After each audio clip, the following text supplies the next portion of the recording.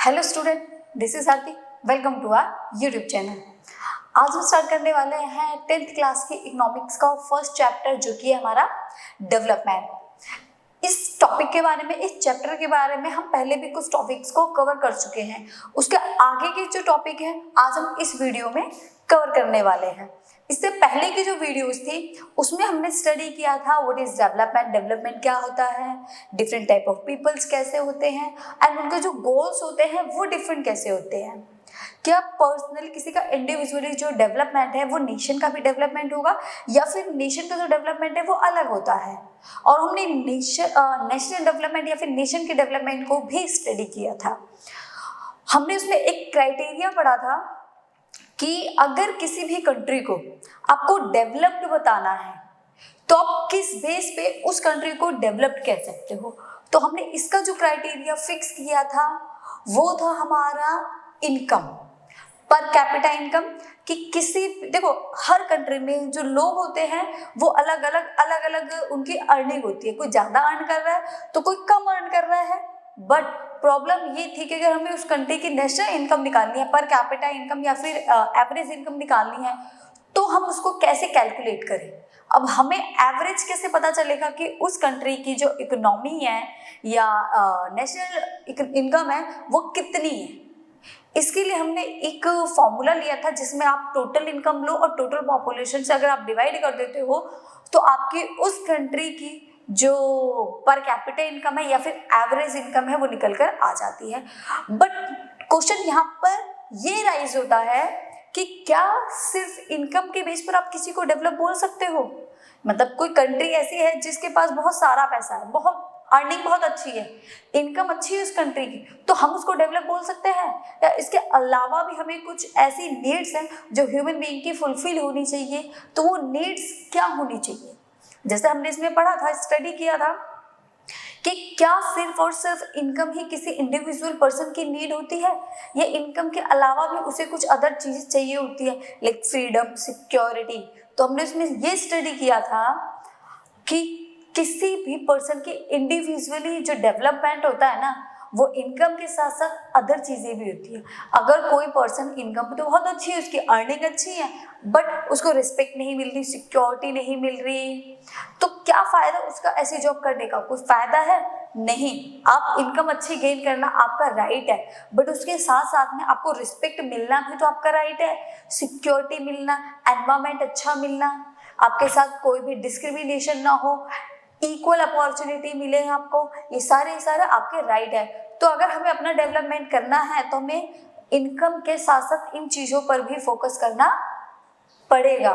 तो आज हम उन्हीं सब चीजों को इस वीडियो में, अगला जो टॉपिक है हमारा इनकम एंड अदर क्राइटेरिया, उसको कवर करने वाले हैं कि इनकम के अलावा ऐसी कौन सी चीजें हैं जो ह्यूमन बीइंग्स की नीड को फुलफिल करेंगे और जो हमें चाहिए ही चाहिए।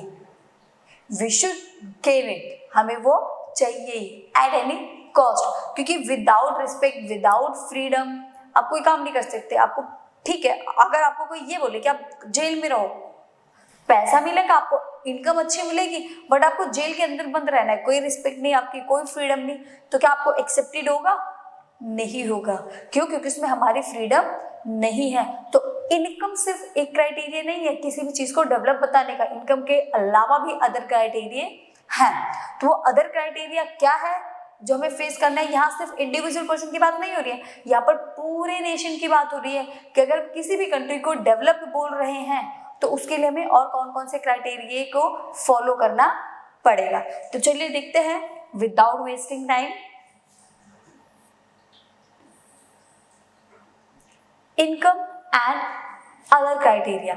इनकम को तो हमने स्टडी कर लिया था, बट इनकम के अलावा अदर क्राइटेरिया क्या है उसको हम यहाँ पे स्टडी करेंगे। देखो, the development level should not be just only on the income level. देखो, डेवलपमेंट जो है ना हमारा, वो सिर्फ और सिर्फ जज नहीं कर सकता किसके इनकम के लेवल को, कि सिर्फ आपकी इनकम ही अच्छी होनी चाहिए, उसके अलावा भी आपके जो अदर क्राइटेरिया है वो भी फुलफिल होने चाहिए। Other criteria should also be taken into consideration. Example, 3 states Haryana, Kerala and Bihar are compared as follow. From this table various aspects of this development can be judged. हम यहाँ पर income के अलावा कौन कौन से क्राइटेरिया हैं जिनको हमें फेस करना पड़ेगा, उसको हम यहाँ पर पढ़ रहे हैं. क्या इनकम इनफ है या उसके अलावा भी बहुत सारी चीजें हैं. तो यहाँ पर हमें एक एग्जांपल लिया है, इसके थ्रू आप देख सकते हो. एक टेबल है, इसमें कुछ स्टेट्स के नाम दिए हुए हैं. देखिए स्टेट है, यहाँ पर पर कैपिटा इनकम दिखा रखी है, किस कंट्री की कितनी पर कैपिटा इनकम है. ओके, हरियाणा फर्स्ट स्टेट है आपका हरियाणा. हरियाणा की इनकम देखिए कितनी है, 2,36,147. 2,36,147 क्या है ये आपकी, ये एक पर कैपिटा इनकम है. किस इनकम है, स्टेट की, कि एक साल में इसकी जो इनकम निकल के आती है, एवरेज इनकम जो हरियाणा की है वो ये है. देन उसके बाद में है केरला. केरला की जो इनकम है वो क्या है, 2,04,105. केरला की ये इनकम है, मतलब दोनों 2 लाख पे है, बट ज्यादा किसकी है, हरियाणा की. एंड नेक्स्ट है आपका बिहार. बिहार की इनकम अगर हम देखें तो टोटली 40,000. क्या इनफ है, ये एवरेज इनकम है. अब एवरेज इनकम से ही पता लगा सकते हो आपके उस कंट्री उस स्टेट की जो पॉपुलेशन है वो कितना अर्न कर रही होगी, क्या ज्यादा अर्न कर रही है, कम अर्न कर रही है. तो मिनिमम अगर हम देखें तो सब एवरेज मिनिमम ही अर्न कर रहे हैं, ज्यादा किसी का नहीं है. ये तो हमने इनकम के बेस पे देख लिया कि किसकी अर्निंग ज्यादा है. अब अगर हम इसके बेस पे यहाँ पर बताएंगे तो आप मुझे ये बताइए कि कौन सी कंट्री डेवलप है. हाँ, यहाँ पर डेवलप है आपकी हरियाणा. अब इनकम के बेस पर अगर हम देखें तो कौन सी कंट्री डेवलप है, यहाँ पर कौन सा स्टेट डेवलप है, हरियाणा डेवलप्ड है. अब एक अदर एग्जांपल हम लेते हैं. अब आप उसके बाद मेरे को बताइएगा क्या हरियाणा ही एक्चुअल में डेवलप है या कोई दूसरा स्टेट डेवलप है. इसके हम अदर क्राइटेरिया लेंगे. देखो सबसे पहले मैं आपको कुछ चीजें क्लियर कर दूं, जैसे in fact mortality rate, literacy rate and net attendance ratio. In fact mortality rate क्या होता है, किसी भी पर्टिकुलर एरिया में 1000 बच्चों के ऊपर, कितने बच्चों के ऊपर, यहां समझते हैं, 1000 बच्चों के ऊपर, ठीक है, किसी भी एरिया में 1000 बच्चों के ऊपर कितने बच्चे जिंदा रहते हैं,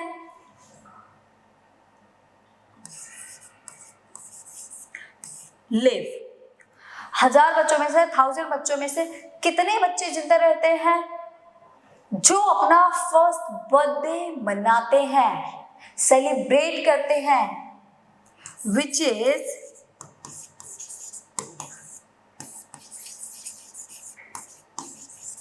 is celebrate his first birthday. हमें किसी भी पर्टिकुलर एरिया के 1000 बच्चों को लेना है और उन 1000 बच्चों में से हमें ये देखना है कि कितने बच्चे ऐसे हैं जो 1 साल का पूरा होने से पहले ही ऊपर चले गए. मतलब 1000 बच्चों में से ऐसे कितने बच्चे हैं जो 1 ईयर का होने से पहले ही उन बच्चों की डेथ हो गई. ऐसे बच्चों को इन्फेंट मॉर्टेलिटी रेट बोला जाता है. इन्फेंट होते हैं वो बच्चे जो अपना पहला बर्थडे भी नहीं मना पाते, उनका फर्स्ट बर्थडे मनाने से पहले ही उन बच्चों की डेथ हो जाती है. मीन समझ आ रहा है आपको, एक पर्टिकुलर एरिया के हमें उसका प्रोपोर्शन देखना है कि 1000 बच्चों में से कितने बच्चे ऐसे हैं जो अपना फर्स्ट बर्थडे सेलिब्रेट नहीं कर पा रहे हैं और उनकी डेथ हो जाती है. तो ऐसे केस को क्या बोलते हैं, इन्फेंट मॉर्टेलिटी रेट. 1000 बच्चों में से जिन बच्चों की डेथ हो गई है इन अ पर्टिकुलर एरिया, 1000 बच्चों में से मान लो 20 बच्चों की डेथ हो गई किसी जगह 10 है, कहीं 30, कहीं 35. तो 1000 बच्चों में से अगर 35 बच्चों की डेथ हो गई 1 साल का पूरा होने से पहले, तो वो इन्फेंट मॉर्टेलिटी में काउंट किए जाएंगे. ओके,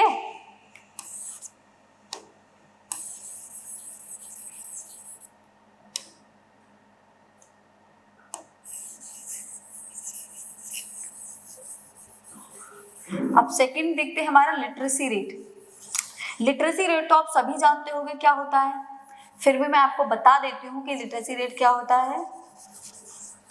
लिटरेसी का मतलब होता है पढ़े लिखों का होना, कि कितने बच्चे पढ़े लिखे हैं। अब यहाँ पे लिटरेसी रेट देखना है। लिटरेसी रेट है आपका पढ़े लिखे बच्चे, कि किस एरिया में कितने बच्चे पढ़े लिखे हैं, वो होता है लिटरेसी रेट। हम एक पर्टिकुलर एरिया लेंगे और उस एरिया में हम ये देखेंगे कि कितने बच्चे पढ़े लिखे हैं। अब आप ये कैसे अंदाजा लगाओगे कि पढ़ा लिखा कौन है? आप किसको, जो बच्चा स्कूल जा रहा है उसे बेसिक कुछ ना आ रहा हो, क्या वो लिटरेट में काउंट होगा, पढ़े लिखे में काउंट होगा? उसे कुछ भी नहीं आता तो पढ़ा लिखा कैसे काउंट किया जाएगा? एक लिटरेट पर्सन आप उसको बोल सकते हो जो किसी एक लैंग्वेज को अच्छे से लिख ले, अच्छे से पढ़ ले, किसी सामने वाले पर्सन को अच्छे से समझा दे। किसी चीज को लिखना, पढ़ना और समझना, इवन एक लैंग्वेज तो उसको आनी चाहिए, एक या दो लैंग्वेज तो उसको आनी चाहिए, वो एक लिटरेट पर्सन होगा। तो हमें यहाँ लिटरेसी का मतलब है, लिटरेसी रेट का मतलब है कि कितने बच्चे ऐसे हैं जो पढ़े लिखे में काउंट हो रहे हैं। अब सिंपल सी बात है, जहां जितने पढ़े, अब हम सबका तो टोटल नहीं लेंगे, हम यहाँ पे एक एक स्टेट की बात कर रहे हैं तो हम उनका पर्टिकुलर एक एरिया लेंगे कि इस एरिया में कितने बच्चे पढ़े लिखे हैं, वो आपका लिटरेसी रेट होता है। ठीक है, इसमें कोई हाईएस्ट स्टडी नहीं काउंट की जाती, एटलीस्ट आप 8 तक तो पढ़े हुए होने चाहिए। 14 और 15 की एज तक आपको आना चाहिए। आप 14 और 15 की एज तक का जो बच्चा है 8 क्लास तक वो एटलीस्ट पढ़ा लिखा होना चाहिए, उसको लिटरेट माना जाएगा। और जो उससे कम है या जिसको बिल्कुल भी नहीं आता उसको लिटरेट नहीं काउंट किया जाएगा। जो एक या दो लैंग्वेज को अच्छे से लिख ले, पढ़ ले, समझ ले और एटलीस्ट 8th क्लास में उसने पास की हुई होनी चाहिए, तो किस में काउंट होता है? लिटरेट में। तो यहाँ पर ये लिटरेसी रेट है। उसके बाद नेट अटेंडेंस रेशियो पर 100% सेकेंडरी स्टेज 14 एंड 15 ईयर। अब नेट अटेंडेंस रेशियो ये होता है कि किसी एक पर्टिकुलर एरिया के प्रोपोर्शन के हम 100 बच्चे लेते हैं और उन 100 बच्चों में से हम ये देखेंगे कि कितने बच्चे स्कूल जा रहे हैं, किस एज तक के? 14 एंड 15 की। मीन्स एटलीस्ट उन्होंने अपनी सेकेंडरी एजुकेशन तो ली हो, 10th तक तो स्कूल गए, क्योंकि आपकी जो एज है 9th में और 10th का जो बच्चा होता है वो 14 और 15 की एज का होता है, तो एटलीस्ट उन्होंने 10th की जो एजुकेशन है वो ले रखी हो। तो यहाँ पर नेट अटेंडेंस रेशियो आपको आई होप क्लियर हो गया होगा कि 100 बच्चों में से कितने बच्चे स्कूल जा रहे हैं। जो बच्चे स्कूल अटेंड कर रहे हैं वो होता है हमारा नेट अटेंडेंस रेशियो, कि कितने बच्चे स्कूल अटेंड कर रहे हैं, मीन्स स्कूल जा रहे हैं। तो यहाँ पर देखिए मैंने आपको यहाँ पर समझाया था कि पर कैपिटा इनकम किसकी है? हरियाणा की, then Kerala and then Bihar. अब ये तो एक क्राइटेरिया हो गया इनकम के बेस पे। अब हम डेवलपमेंट के लिए अदर क्राइटेरिया को फॉलो करेंगे। जैसे हरियाणा में कितने बच्चों की डेथ हो रही है जो इन्फेंट है? 30। वहीं केरला में 7 और बिहार में 32, मीन्स बिहार में सबसे ज्यादा हो रही है। अब यहाँ पर देखिए क्वेश्चन यह रेज होता है कि जब इनकम सबसे ज्यादा हरियाणा की है तो इन्फेंट मोर्टेलिटी रेट इतना ज्यादा क्यों है? इतनी अर्निंग होने का वहाँ तो मेडिकल फैसिलिटीज अच्छी होनी चाहिए, हेल्थ केयर अच्छा होना चाहिए, बट वहाँ पर नहीं है। तो उसमें सही कौन है आपका? वहाँ पर जो सही है वो है आपका केरला।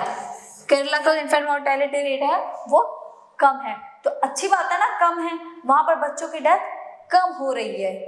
सेकेंड है लिटरेसी रेट भी किसका ज्यादा है? हरियाणा का ज्यादा, सॉरी केरला का ज्यादा है। वहाँ पर लोग पढ़े लिखे ज्यादा है। 100 में से सिर्फ 6 बच्चे ऐसे जो नहीं पढ़े, और वहीं हरियाणा में देखो 82 और बिहार में 62। अब स्कूल जाने का रेशियो भी देख लो किसका ज्यादा है? केरला का ज्यादा है। अब आप बताइए आप किसको डेवलप बोलोगे? हरियाणा, केरला एंड बिहार? तो सिंपल सी बात है, आप लोग केरला को डेवलप बोलोगे, क्योंकि हम सिर्फ इनकम को नहीं लेते। इनकम होने से क्या फायदा जब हम उसको अच्छे से यूज ही नहीं कर पा रहे हैं। तो हमें इनकम के साथ साथ अदर चीजें भी देखनी पड़ेगी कि कौन सी चीज हमें डेवलप कर रही है और कौन सी चीज हमें डेवलप नहीं कर रही है। तो यहाँ पर कौन डेवलप कर रहा है? केरला एक ऐसा स्टेट है जो डेवलप्ड स्टेट है, इनकम भी अच्छी है इसकी, मतलब इतनी कम भी नहीं है, एंड उसका जो अदर क्राइटेरिया है वो भी फुलफिल हो रहे हैं, वहाँ की एजुकेशन अच्छी है, हेल्थ केयर अच्छी है और स्कूल्स भी अच्छे हैं। Okay, per capita income is highest in Haryana. Per capita income जो है वो किसकी हाईएस्ट है? हरियाणा की। एंड लोवेस्ट इन बिहार, और बिहार की तो सबसे ही लोवेस्ट है, which simply indicates that earning opportunities are quite less in Bihar. तो वहां पर हम ये कह सकते हैं कि जो अर्निंग अपॉर्चुनिटी है ना वो कम है बिहार की। In fact mortality rate is lowest in Kerala.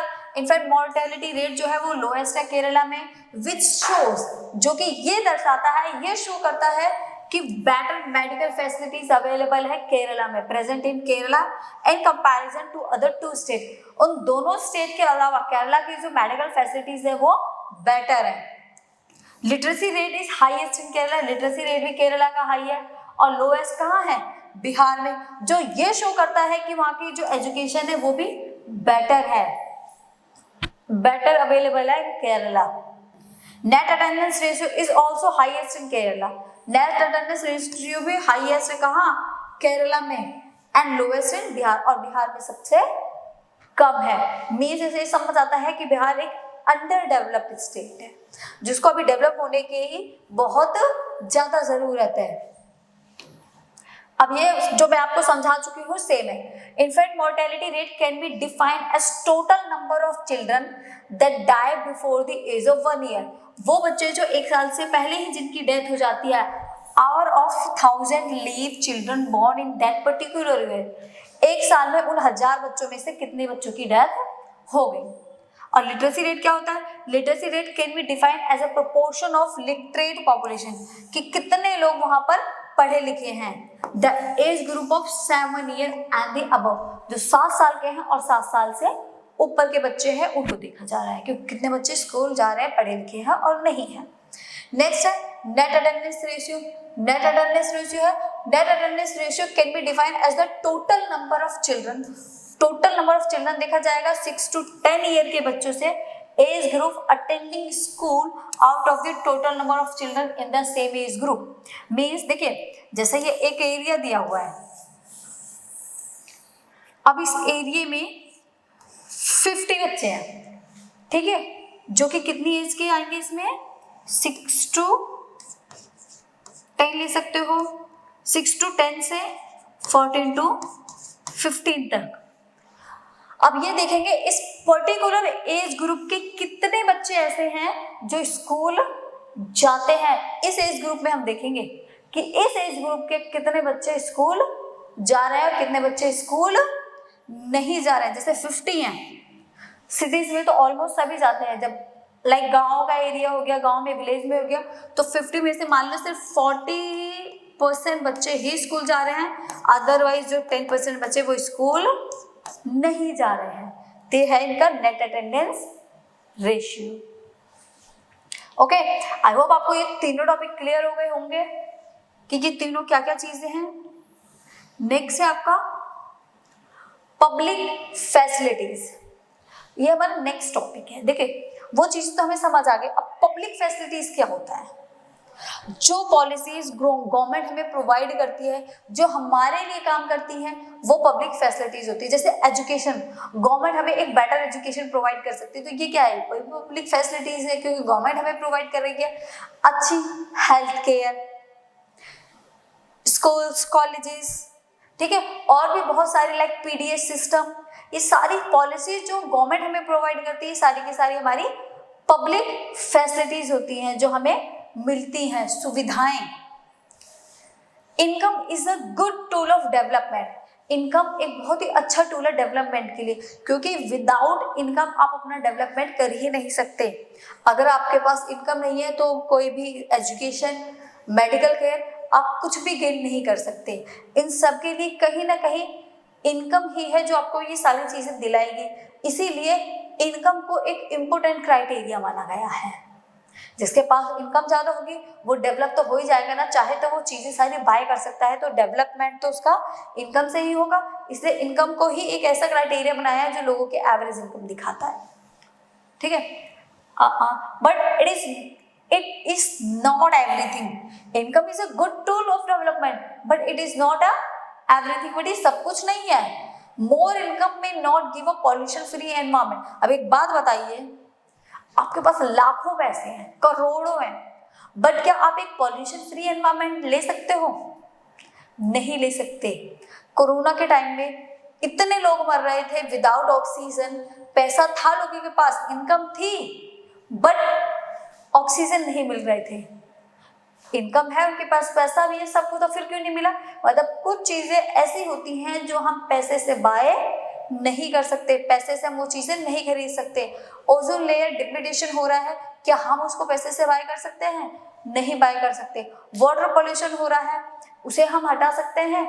Water pollution free environment ले सकते हैं? नहीं ले सकते. मतलब पॉल्यूशन फ्री एनवायरनमेंट हमें मिलेगा? नहीं मिलेगा. प्रोटेक्शन फ्रॉम टोटल डिजीज, जितनी भी ये डिजीज चल रही है, लाइक कोरोना हो गई, फीवर, कैंसर, अदर बहुत सारी डिजीज है, क्या वो सारी पैसे के थ्रू मिट सकती है, खत्म हो सकती है? तो नहीं हो सकती. आप सोने के लिए बेड ले सकते हो, बट नींद नहीं ले सकते. क्या पैसे से आप एक लग्जरी बेड ले लोगे, कार ले लोगे बहुत ही लग्जरियस, बट क्या उसमें बैठने का मन आपका पैसे से बनेगा? नहीं. उसको आपको अपने अंदर से खुद से ही उसके लिए मन बनाना पड़ेगा. नींद जो आएगी, सुख, चैन, खुशी, ये आपकी खुद की होती है, ना कि आप इनको पैसे से खरीद सकते हो. मतलब बहुत सारी चीजें आप पैसे से खरीद सकते हो, बट सब कुछ आप पैसे से नहीं खरीद सकते. जैसे यहाँ पर बताया कि development is a good tool, but not everything. So public facilities like primary and secondary education. अब पब्लिक फैसिलिटीज में क्या है, आप बच्चों को एटलीस्ट हायर एजुकेशन ना देकर प्राइमरी एंड सेकेंडरी एजुकेशन तो दे सकते हो. ये पब्लिक फैसिलिटीज है जो गवर्नमेंट प्रोवाइड कराती है. हेल्थ फैसिलिटीज का अच्छा होना, जैसे क्या था, हरियाणा और बिहार में इतने बच्चों की डेथ हो रही थी. अगर हेल्थ फैसिलिटीज अच्छी होती तो क्या वहाँ बच्चों की डेथ होती?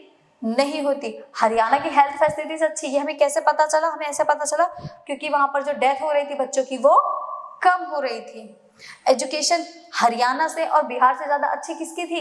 केरला की, क्योंकि वहां का जो लिटरेसी रेट था वो ज्यादा था. किसके कंपैरिजन में? हरियाणा और बिहार के. क्लीनलीनेस, साफ सफाई and pollution free area also import to sustain life. Pollution free area हमें कब मिल सकता है? जब हमें एक सस्टेन लाइफ मिलेगी. क्लीनलीनेस इन आवर एनवायरनमेंट, हमारा एनवायरनमेंट साफ सुथरा कब हो सकता है?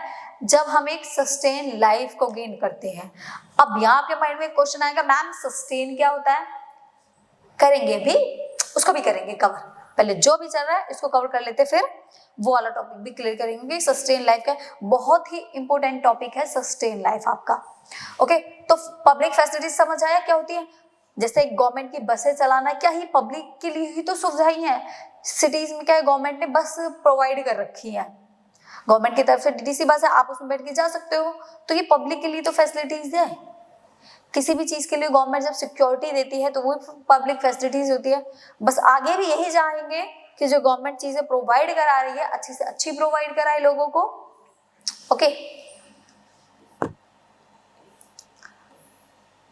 नेक्स्ट देखो, नेक्स्ट टॉपिक एक आप ये देखो, money in your pocket, why can't buy all the goods and services that you may need to live well. Money है पॉकेट में, पैसा है पॉकेट में, बट क्या उसके बाद भी हम सारी चीजें क्यों नहीं खरीद पा रहे हैं जिससे हमारी लाइफ अच्छी हो?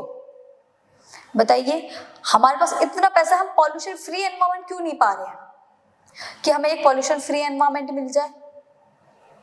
एक अच्छी सी नींद क्यों नहीं मिल रही है हमें सोने के लिए? इतना अर्निंग, इतना गुड्स एंड सर्विसेज अच्छे क्यों नहीं मिल रहे हैं? आप किसी भी बाहर होटल रेस्टोरेंट में खाना खाने चले जाओ, किसी भी रेस्टोरेंट का, किसी भी होटल का खाना बहुत ज्यादा अच्छा नहीं, मतलब टेस्टी होगा, बट जितने अच्छे से आप घर में साफ सफाई से बनाते हो उतना वो वहां नहीं मिलेगा आपको. इतना ज्यादा पे करके आ रहे हो और चार्जेस सबसे ज्यादा होंगे उसके. इतना पे करने के बाद भी अगर आपको एक प्योर फूड ना मिले तो क्या फायदा ऐसे पैसे का? वो फायदा है जब आपको सर्विस ही अच्छी नहीं मिल रही. तो यहाँ पर ये कि हम पॉकेट में पैसा है बट हम सब कुछ उससे खरीद नहीं सकते हैं। Money can't buy as pollution free environment, पैसा कभी भी पॉल्यूशन फ्री एनवायरमेंट हमारे लिए बाय नहीं कर सकता।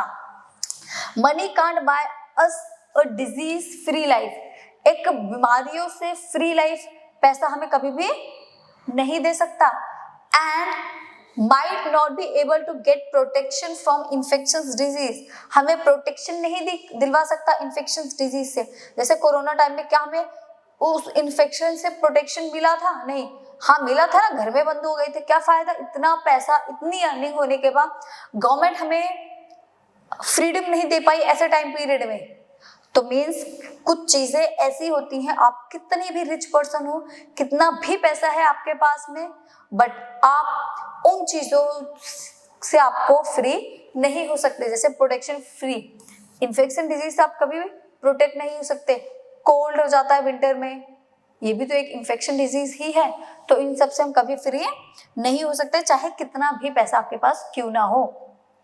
Besides, many people also like to have equal treatment in the society, freedom and dignity and honor in their lives which money can't buy them. पैसा होने के बाद में भी क्या आप इक्वल ट्रीटमेंट गेन कर सकते हो इन सोसाइटी? सोसाइटी में आपको इक्वल ट्रीटमेंट मिल सकता है? आप एक मेल हो एक फीमेल हो, क्या दोनों को इक्वल माना जा सकता है? क्यों? क्योंकि उनके पास में पैसा है। नहीं। आप रिस्पेक्ट ले सकते हो, फ्रीडम ले सकते हो, ये सारी चीजें भी इंसान को उसके काम की वजह से मिलती हैं, ना कि उसकी मनी की वजह से। हाँ मे बी लोग आपको सामने से देख के हेलो राम राम मतलब कुछ भी कर सकते हैं, नमस्ते टाटा बाय बाय, बट वो आपके पीठ पीछे आपको गालियां ही देंगे। तो क्या फायदा ऐसी रिस्पेक्ट का? लोग पीठ पीछे बोलेंगे इसको पैसे का घमंड है, तो कोई फायदा है ऐसी चीजों का? कोई फायदा नहीं है बच्चे। पैसा है तो ये चीजें भी साथ में मिले तब बात कुछ और होती है, बट पैसा होने के बाद आपको ये सब ना मिले तो कोई फायदा नहीं है ऐसे पैसे का। इसका मतलब ये नहीं है कि अर्निंग ना करो, अर्निंग करो, अपनी अच्छी लाइफ के लिए अर्निंग करो, जिससे आपकी लाइफ अच्छी हो। लग्जरी चीजें तो दिलाई सकती है एटलीस्ट इनकम, बट बहुत सारी चीजें इनकम नहीं दिला सकती। इट मीन सिंपल ये है कि पैसा इंपॉर्टेंट है, नॉट एवरीथिंग। अब यहाँ पर एक नेक्स्ट टॉपिक है आपका पब्लिक डिस्ट्रीब्यूशन सिस्टम, जिसको पीडीएस बोला जाता है। कुछ सिस्टम ऐसे हैं जिनको डिस्ट्रीब्यूट किया गया है। जैसे आपने सुना होगा राशन कार्ड होता है, राशन कार्ड पे क्या मिलता है? राशन मिलता है। जो लोग पुअर होते हैं उन्हें गवर्नमेंट राशन प्रोवाइड कराती है। ये भी एक पब्लिक फैसिलिटीज है जो गवर्नमेंट पब्लिक के लिए काम कर रही है। जो लोग गरीब है, पुअर है, जिनके पास खाने के लिए नहीं है, गवर्नमेंट उनको राशन प्रोवाइड कराती है 1 मंथ का। उसको क्या बोलते हैं? Public distribution system, PDS. Public distribution system is a system in which the poor people, जो गरीब लोग हैं, आर प्रोवाइडेड और सप्लाइड द फूड ग्रेन्स, उनको फूड ग्रेन सप्लाई किया जाता है at lower price compare to market price. जो फूड ग्रेन देते हैं उसका प्राइस बहुत ही कम होता है, लाइक 2 रुपए चावल और 3 रुपए गेहूं का, 2 रुपए व्हीट और 3 आपके राइस का ये प्राइस होता है, जो मार्केट प्राइस से बहुत ही लोअर होता है। ये अमाउंट उनको दी जाती है ये पीडीएस सिस्टम के अंदर। मीन्स एक छोटी सी अमाउंट लेके उनको मंथली आप फूड ग्रेन प्रोवाइड करा रहे हो। Some areas like Tamil Nadu has well functioning PDS, Tamil Nadu में ये बहुत अच्छे से वर्क कर रहा है system PDS. While some state like Jharkhand and Bihar don't have efficient public distribution system, वहां पर ज्यादा नीड है इस सिस्टम की, बट उतना एफिशिएंट नहीं हो पा रहा है। क्यों? क्योंकि ये जो स्टेट है ये पुअर स्टेट है, ठीक है, तो वहां पर इन चीजों की ज्यादा नीड है। तो ये हमारा आज का टॉपिक था जो मैंने बहुत अच्छे से आपको क्लियर करा दिया। आई होप आपको सारी चीजें बहुत ही अच्छे से क्लियर हो गई होंगी। एक बार थोड़ा सा दोबारा देख लेते हैं। पीडीएस क्या है? पब्लिक डिस्ट्रीब्यूशन सिस्टम क्या है? पब्लिक डिस्ट्रीब्यूशन सिस्टम वो है जिसमें लोगों को, पुअर पीपल्स को फूड ग्रेन प्रोवाइड किया जाता है लोअर प्राइस पर, जो मार्केट प्राइस से बहुत ही ज्यादा कम होता है। जैसे राशन कार्ड वगैरह आपने सुने भी होंगे, मे बी आपके घरों में भी आता हो, तो वो राशन कार्ड के थ्रू गरीब लोगों को राशन दिया जाता है। और ऐसा नहीं है आज के टाइम में सिर्फ गरीब ही ले रहे हैं, जिसका राशन कार्ड हो वो सब लेते हैं, क्योंकि इसमें प्राइस होता है वो कम होता है। और यहाँ पर एक बात कही गई है कि पैसा सब कुछ है, बट बहुत कुछ है बट सब कुछ नहीं है। कुछ चीजें ऐसी हैं जो आप विदाउट मनी बाय नहीं कर सकते। पैसा चाहिए बट कुछ चीजें ऐसी हैं आप विद मनी भी बाय नहीं कर सकते, लाइक पॉल्यूशन फ्री एनवायरमेंट हो गया, डिजीज फ्री एनवायरमेंट हो गया, आप प्रोटेक्शन नहीं ले सकते। तो कुछ चीजें ऐसी हैं जो आपको नहीं मिलती। आप इक्वल ट्रीटमेंट नहीं ले सकते, फ्रीडम नहीं ले सकते, डिग्निटी और रिस्पेक्ट नहीं ले सकते। अगर आपके पास कितना भी पैसा हो बट ये सारी चीजें आप उसके बाद भी नहीं ले सकते। पब्लिक फैसिलिटीज, जो भी गवर्नमेंट आपको पब्लिक फैसिलिटीज प्रोवाइड कराती है वो आपके लिए पब्लिक फैसिलिटीज होता है, एजुकेशन, हेल्थ फैसिलिटीज, ये सारी चीजें। बट हाँ, इन चीजों के लिए कोई पॉल्यूशन फ्री एनवायरनमेंट जो हो गया वो गवर्नमेंट तो नहीं दिला सकती, बट अगर सारे के सारे वर्ल्ड की जो गवर्नमेंट है वो मिलकर काम करे तो इस चीज के लिए काम किया जा सकता है। ओके, तो चलिए फिर मिलेंगे नेक्स्ट वीडियो में। तब तक के लिए बाय बाय, टाटा। ये टॉपिक आज हमने इसमें कवर कर लिया और इसके बाद जो चीजें बाकी रह गई उसको हम नेक्स्ट वीडियो में कवर करेंगे। आप इन पॉइंट्स को नोट कर लीजिए, ठीक है। चलिए फिर मिलते हैं नेक्स्ट वीडियो में।